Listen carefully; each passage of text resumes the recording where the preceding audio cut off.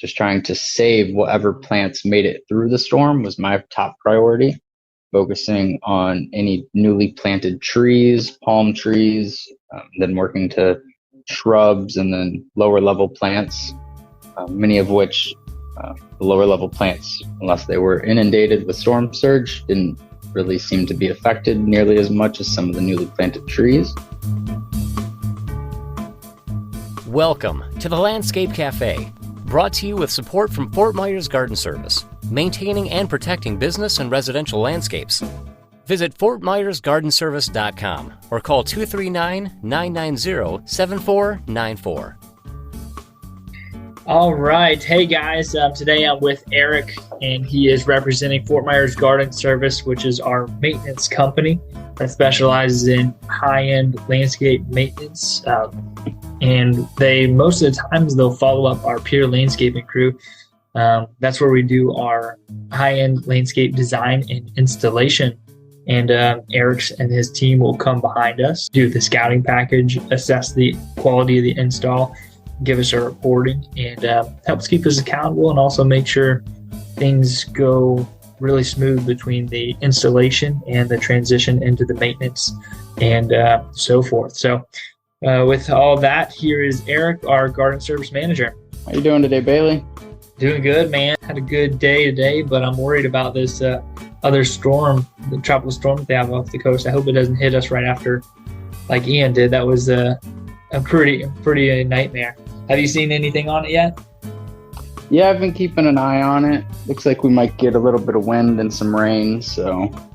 Okay. Nothing too much. Right? No, nothing at all like that. That was the storm of the century, I think. Yeah, I sure hope so. Man, that hurricane work still has me exhausted. So, Eric, I want to talk a little bit. We'll get into, some of the maintenance and the day-to-day things that you guys do on your operations, but I want to talk a little bit about the hurricane, just after, personally, what did you have to do personally? And then also with work, what were the first few jobs that you had, and how did you catch a grip on everything?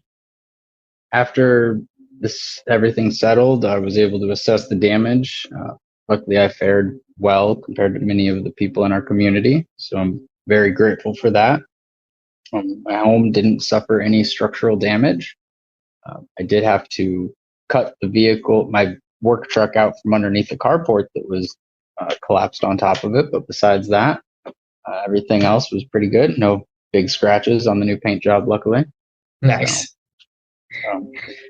And when I got out into the field and I started going from client to client to assess the damage and meet with people and see how everyone did, I was able to get a better understanding of really the sheer size and strength of the storm. And you see trees that are, 40, 50 feet tall, just laying over like nothing ever, they never stood a chance. It really gives you, it's a very humbling feeling to know that as a measly human, we wouldn't stand any type of weather like that. Yeah, that was pretty intense. What were some of your biggest challenges you felt going into the storm work, going into the cleanup? Because it hits a lot different when you're a storm chaser versus when you're doing it at your home and doing it for your reoccurring clients. What was your biggest challenge, do you think? Was it mentally, physically, or were there any just weird or hard jobs? Well, I will say we were very blessed after this storm with some very pleasant weather. Unlike after Hurricane Irma, where it was very humid immediately after the storm with no electricity, I ended up severely dehydrated. So luckily, the nice weather that Ian brought was, I think, about the only thing that was good that Ian brought or had to do with Southwest Florida. Right. But the overall safety was my biggest concern. Immediately after the storm, power lines, hanging tree branches, miscellaneous sharp debris everywhere. There's all kinds of things that can be harmful or, if not, more serious. So safety is always a first concern or priority. And once we address the situation and conclude that it is safe to work, just trying to save whatever plants made it through the storm was my top priority, focusing on any newly planted trees, palm trees, then working to shrubs and then lower level plants, many of which the lower level plants, unless they were inundated with storm surge, didn't really seem to be affected nearly as much as some of the newly planted trees. So it was important to get those trees back upright, keep their roots wet, and get them covered out of the sun. That's what I focused on. That's awesome, man. I feel like I know for Pier and many of the other companies, a lot of what we're doing was, the big work, the big bulk, getting trees out of driveways, getting them out of the roads, getting big trees out of the yards, all the really big stuff. I got a lot of calls for the small stuff too, but the small stuff is very important too, because that stuff adds up. Like you're saying, like these new trees, whether they're ornamentals or trees or palm trees, all these trees that have been installed, I mean, those are expensive. And Pier couldn't do it because just our overhead was too high, it's too expensive, and the opportunity cost was too extreme for us not to do the big jobs. And so there wasn't really many people doing these very important tasks of going around picking up the palm trees, the new stuff, and fixing it, because that stuff needs to be fixed fairly quickly. And man, it made me super proud to be able to tell those customers, hey, unfortunately, I cannot service you. I cannot take this job and make your house right. But we do have our garden service company. And I was able to connect you and that customer quite a few times so they could get their newly installed landscape, or even if it had been installed for quite a while, and to get these ornamental trees, whether they're jachofas, oleanders, get those things staked back up, planted, get some soil around them. That stuff's really important, and nobody was giving it attention. And so I feel super proud to have this company and you as a manager that went around and took care of those details. And I think a lot of our customers that we did previous installations for, and we do our regular maintenance as well that you service, when you reached out to them directly and said, hey, how are you doing? Can I help you with your landscaping? And we were able to do those small detail things to help bring their lives back to normal, give them some normalcy. They were extremely appreciative of that. And that went a long way for me, because we're out there doing big stuff, the cleanup, and we get praise and stuff for that.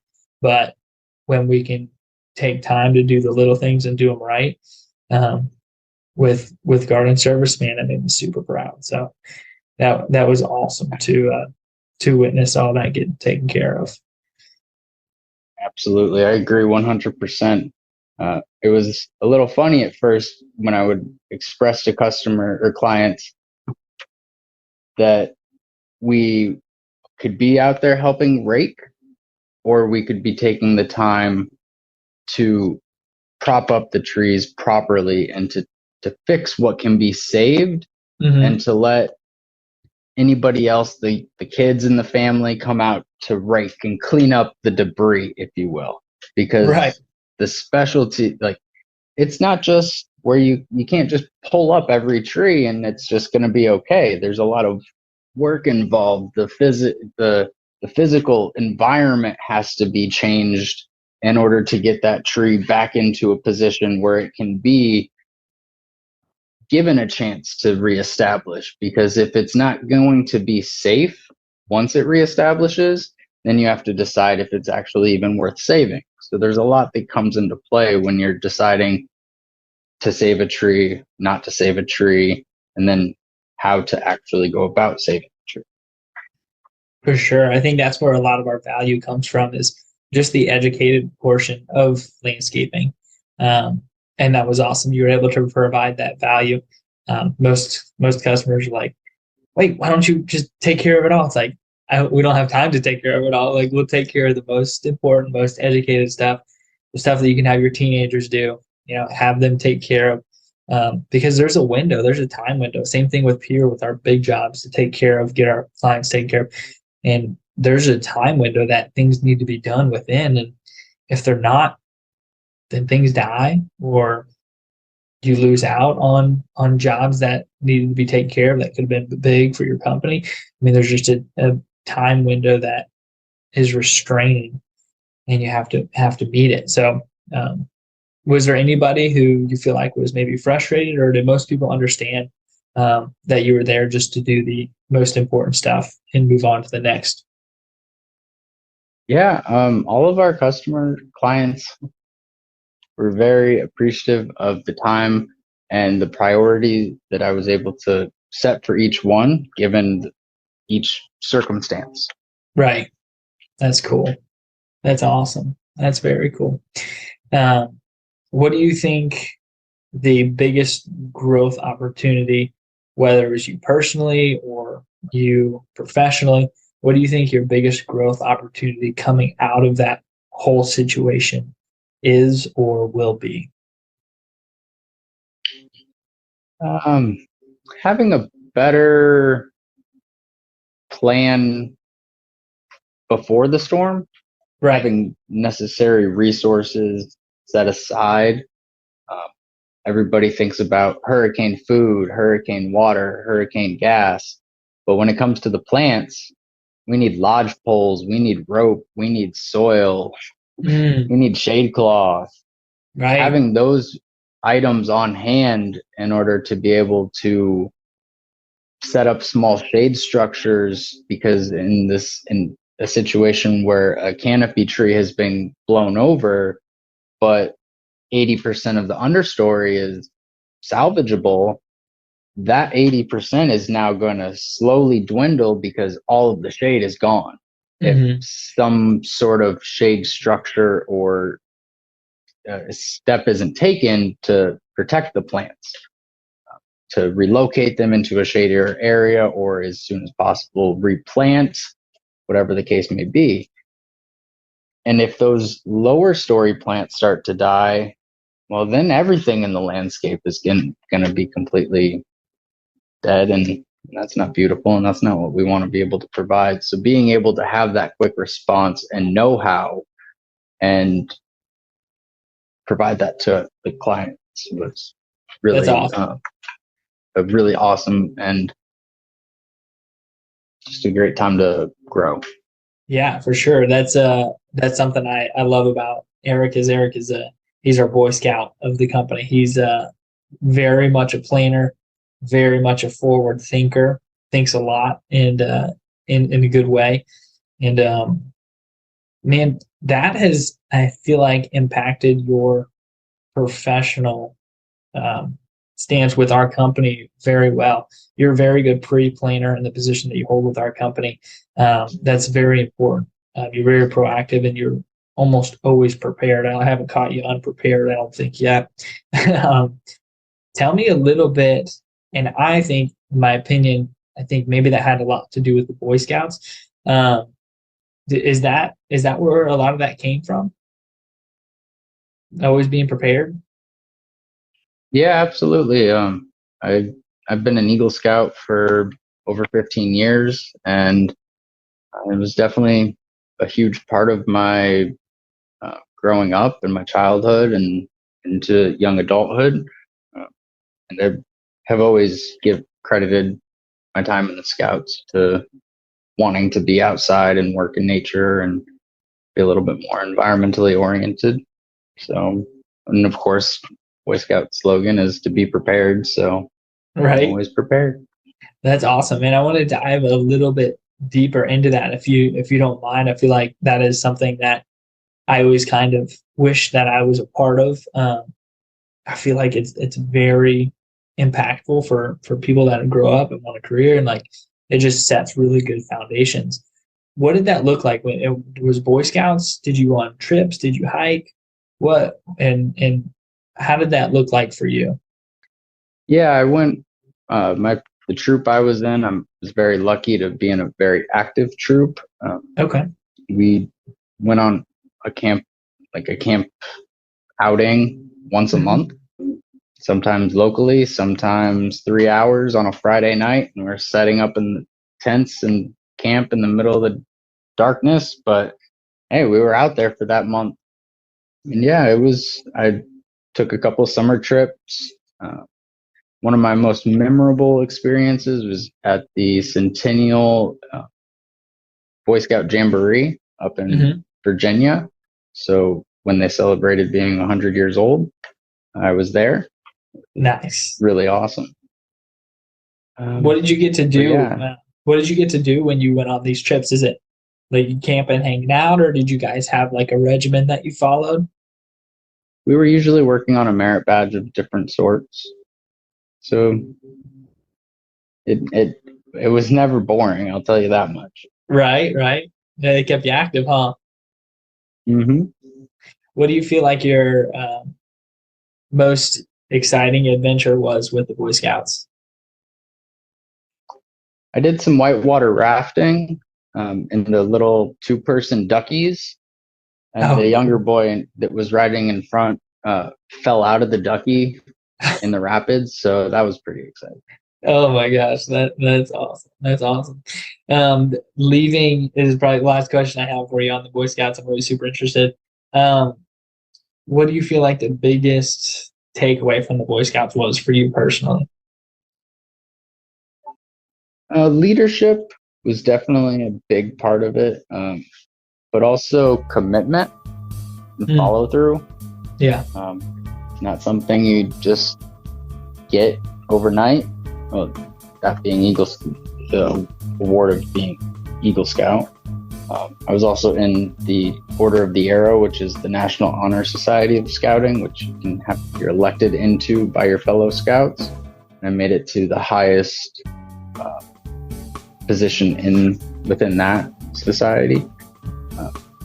But just when you get into something, to just stick with it, no matter how awful it is, because you're going to have a good time. There's always an up to a down. So sticking with it, seeing things through to the end will always pay off. That's awesome. That's very cool. And you did that. How many years did you do the Boy Scouts for? I did it from Tiger Cub, which is the earliest that you can start, which is 1st grade, till I was just about 18. So that was a long, good career for you in there.